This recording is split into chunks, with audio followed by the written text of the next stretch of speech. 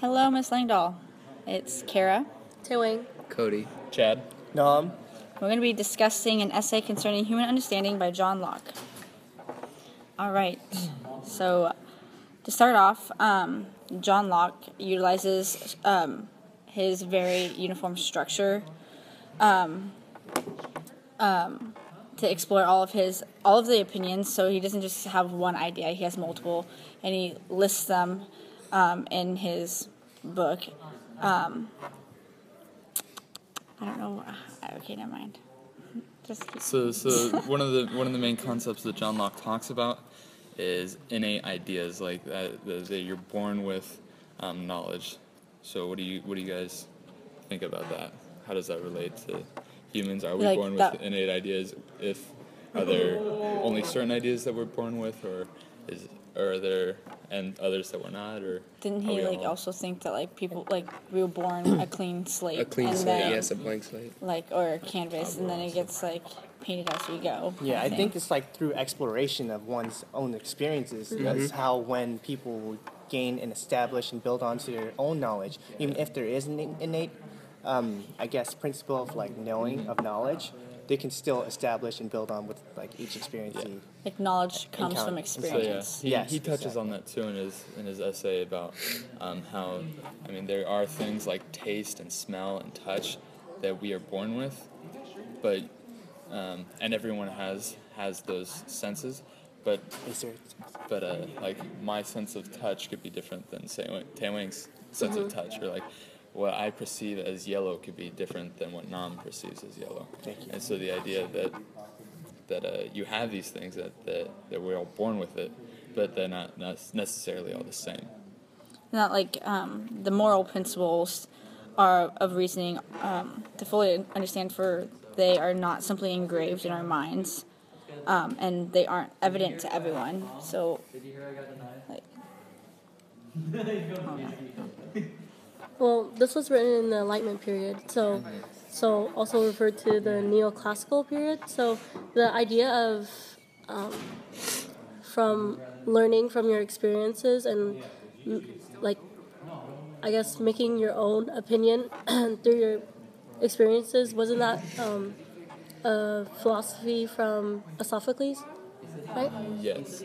Where you learn from your experiences, and as you experience more, you become more wise. Plato and they believe that you are actually born with knowledge. Mm-hmm. And further adding on to what Hoang said, this is indeed the Enlightenment period, so it's based on more of logic, and it's regarding around the aspect of science, in which within the text he asked the same question between the three merchants, the Marxists and some other two individuals, in which I need the text for, but basically he asked the same questions, in which they all they all answer back in a different type of way, in which establishes which reference back to even though they're they're born the same way, but still their experiences and their answers are different. So that's why, which contributes to their knowledge being different. And also, because it is written in the Enlightenment period,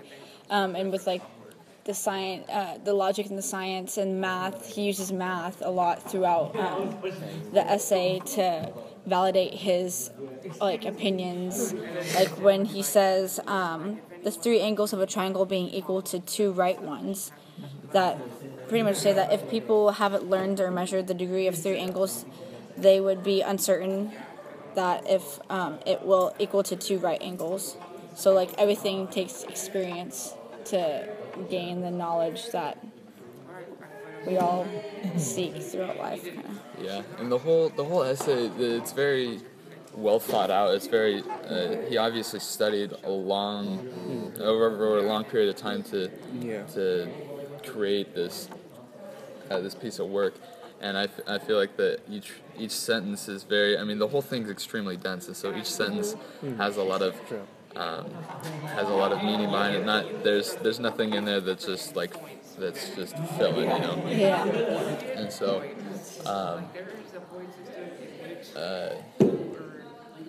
I think because of like his dense ideas and stuff, like by making it into like lists and like numbered paragraphs is to help the reader understand his points,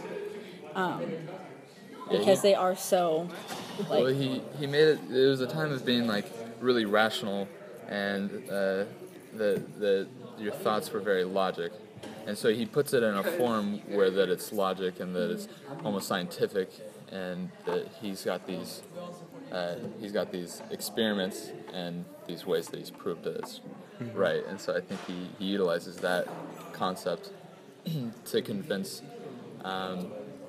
everyone with his piece of work. Yeah, and throughout the essay, he just uses reason, and not only reason to argue what his point was, but he argued the opposite point too. So he brought up like opposing arguments and made sure that he could argue back.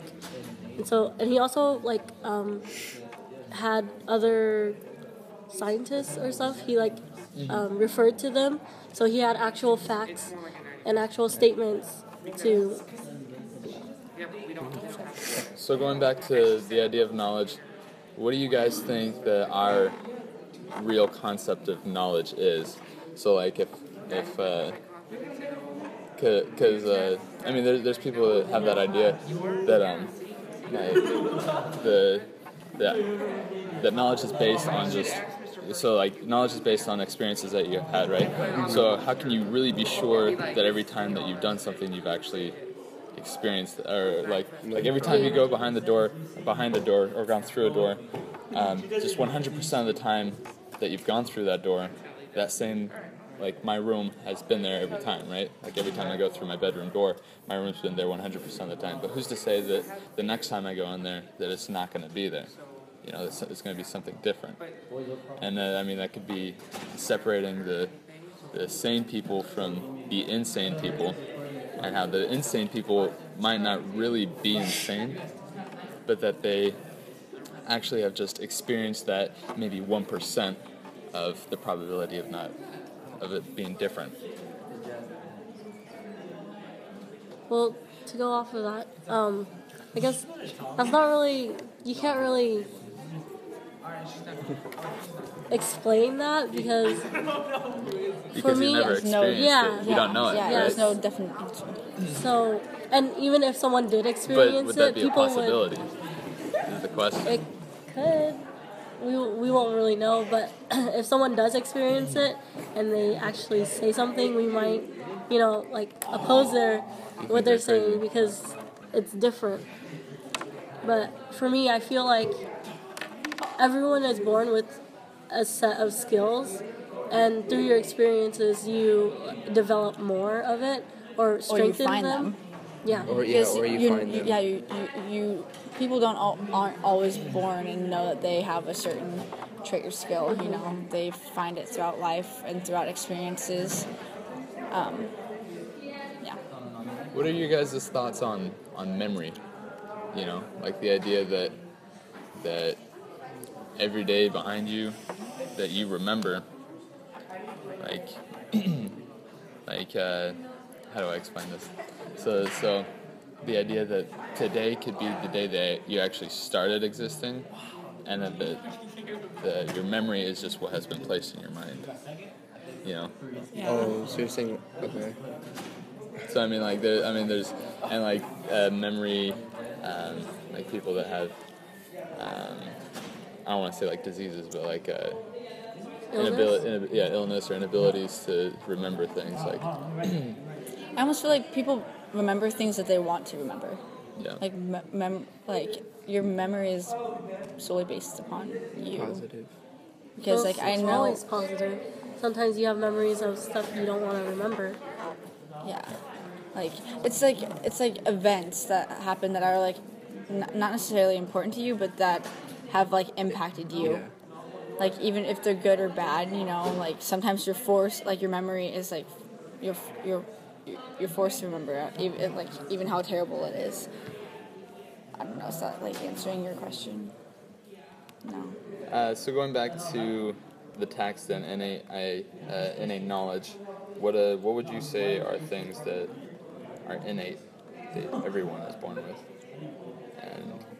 and the things that you're not. Well, like what he said in the the text, he said that we're all born with like morals, moral principles, sort of. How everyone has, I guess, I don't know how to say it. Like basic moral principles, like they grow. Yeah, or like you they have develop. sympathy for stuff, right? Yeah. Well, going off with Wang said, for starters, he did mention about like natural rights in which people can conform or people can conform with another through contracts within the text, in which, in a way, the contract is kind of limiting their natural right as well, since it's the contract being like the laws of like maybe the land. But however, I'm guessing what Locke's trying to say is, even though people can abolish those contracts if they're deemed necessary in order to protect their own, I guess, natural rights. I need to text you refer it back, but Yeah. Also, like something to think about is that he wrote it in an essay. So during the Enlightenment period, that was common because of the structure and just having facts to back up your argument. So The fact that he wrote it in an essay Yeah. is significant. So how do you think that helped him make Make a point. Well, Yeah. Definitely sounds more educated. Yeah. well, and I Obviously. think he's targeting a group of people, Yeah, by, it's a by group writing that in that style. that he wants to read it. Yeah. I mean, there's obviously going to be people that are going to argue against him, and that are just going to stand behind their argument and are never going to let go. Yeah.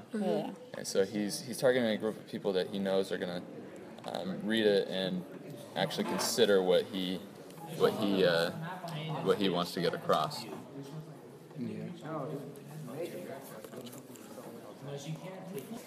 Okay, so he states that thus from consideration of ourselves and what we infallibly find in our own constitutions, our reasons lead us to the knowledge of this certain and evident truth. So what makes us find our own constitution? Like when does someone find this, or like, because obviously we weren't born that way. He says that we find it, that our reasons lead us to this knowledge. Well, When does someone experience with like science, in like terms of science, you're presented with an idea or a question, a hypothesis, and you find ways to prove it wrong, or you experiment upon it. So I think what he's saying is that to find truth, you have to first ask yourself the question, or whatever it may be, experiment upon it, and then evaluate or analyze the results. And in through analyzing your results, you will find what truths are there. going off what Chad said, I agree with Chad of saying it's an experiment in which the within an experiments can fail and can succeed. That's what experiments are. So it's like in one way you can throw away that experiment, or in a sense, in reference, the person. I believe what Locke's trying to say is like when he mentions constitution, I think he means like the govern, like whoever governs the person, the people, in which they set rules. However, since it's like an experiment in which the person needs to find their own constitution or their own rules to live by, they can either abolish it or abide by it, and it's basically up to them. And furthermore,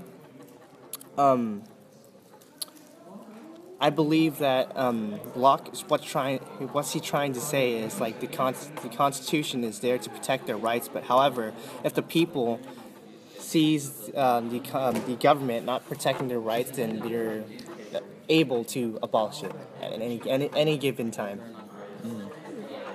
Okay, so I have a question. So we're obviously talking about knowledge and knowledge in general. as well as like innate knowledge and stuff. But what do you guys think?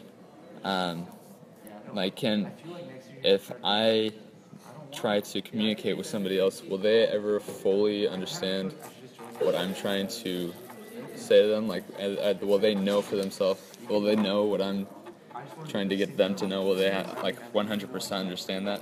Well, I think it depends. It depends on how you like. I love how you're just like, you know what I'm saying. I feel like Right now we're trying to 100% fully that's true. understand you, but it's like the way you describe it and the way that it's all up to the person and then how the person interprets it. Yeah, Like I also feel like if you're trying to explain something, it's best if that person has experienced Yes, it. I was about to say that.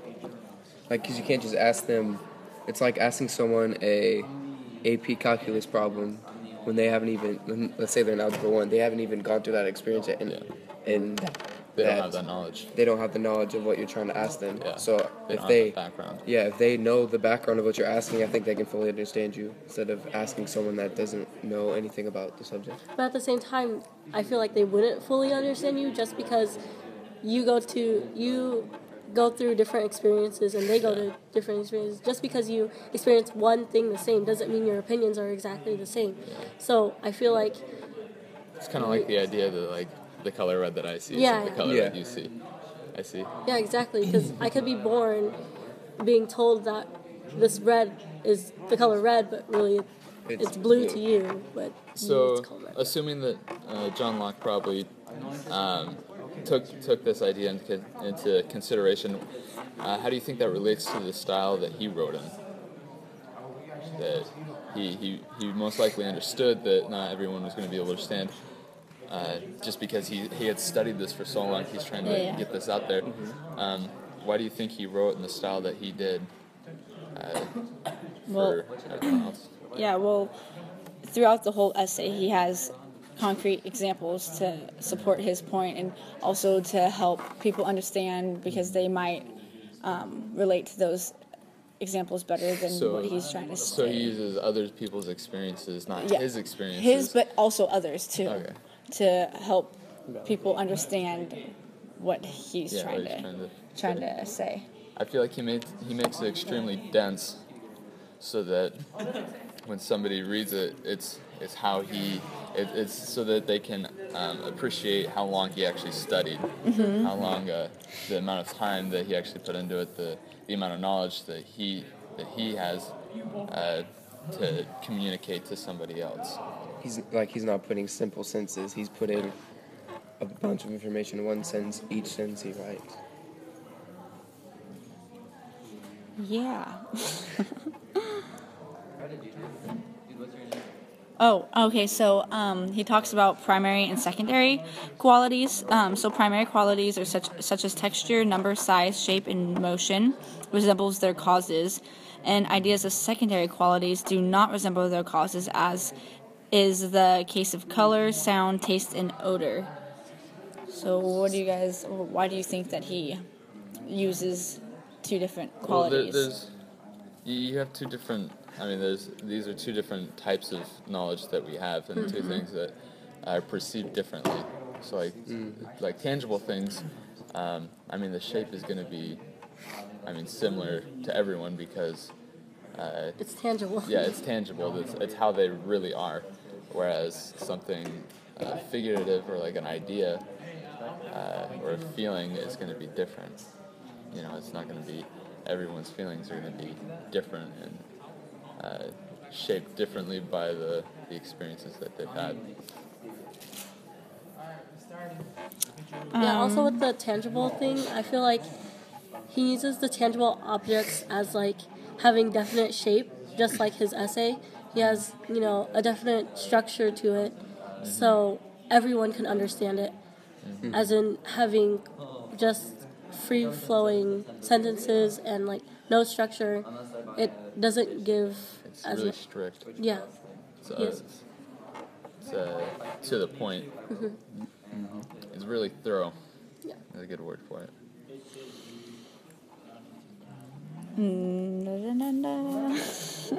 So, in conclusion, we talked about John Locke's essay concerning human understanding and the basically what he conveyed through his essay and what he talked about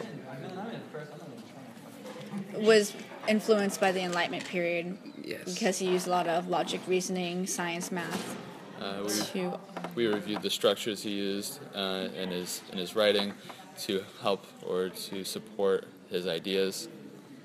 And concrete examples. And we touched upon the innate principle in which people's experiences, they establish more knowledge. And through we talked experiences. about other things concerning knowledge. And that concludes Ignorance our... is not bliss. Yep. Or strength. Well, that concludes our Socratic seminar. thank you for listening. Bye.